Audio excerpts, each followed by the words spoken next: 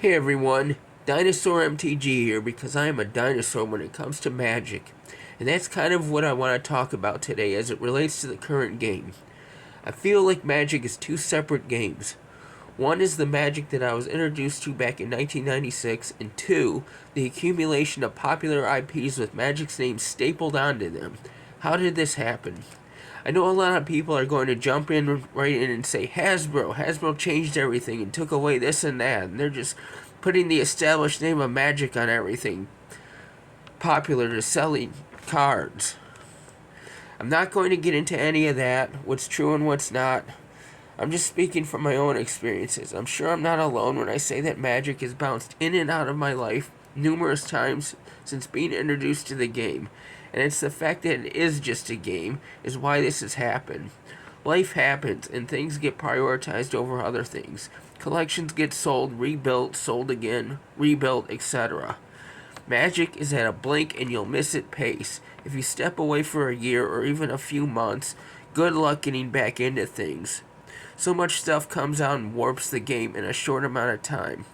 That also happened in the past when Magic was much simpler, but you can miss a lot more time before the game was unrecognizable.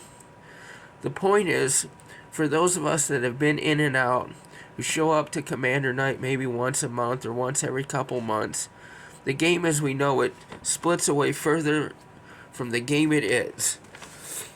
I'm a dinosaur when it comes to Magic, not only because I've been playing longer than a lot of current players have been alive, because I cling to the Magic I know as I bounce in and out.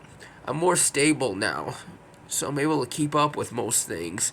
If you go back 12, 13 years, and again back to the late 90s and turn of the century, there were times I had to step away from the game. And even as recent as 5 years ago, I had to take a break, not because of life issues, but because of the state of weekly events at my LGS, with player bases becoming more competitive within casual events.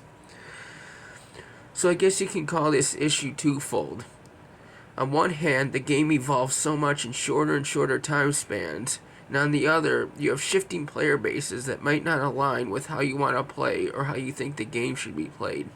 It's a dynamic game, which I can see is healthy for a game, but for someone who's not so dynamic and wants to hold on to the spirit of the game as I learned it, it's difficult, and I know I'm not alone with these thoughts.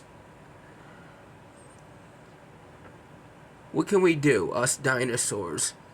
I know the popularity of pre-modern helps a lot. If you're an old school player without a bunch of disposable income or time to participate in premier vintage or legacy events, pre-modern is the sweet spot, taking you back to the sets you played with when you first got into the game without breaking the budget.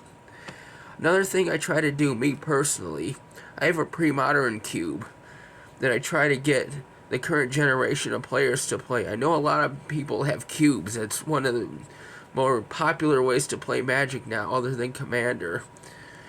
And that's another thing you can do is, build your own cube, shape it the way you like to play Magic, and try to get others in on it. I'm also vocal about the game as I was introduced to it. The fantasy art and flavor, as evident by the existence of this channel. But I want to hear from you. I want to hear from my fellow dinosaurs out there, because we need to stick together to continue to play Magic as we learned it. What are your thoughts about all this? It takes a little work, at least for me, to play Magic the way I want, the way I fondly remember it as. Let me know your thoughts on all this. Until then, keep playing Magic the way Richard Garfield intended.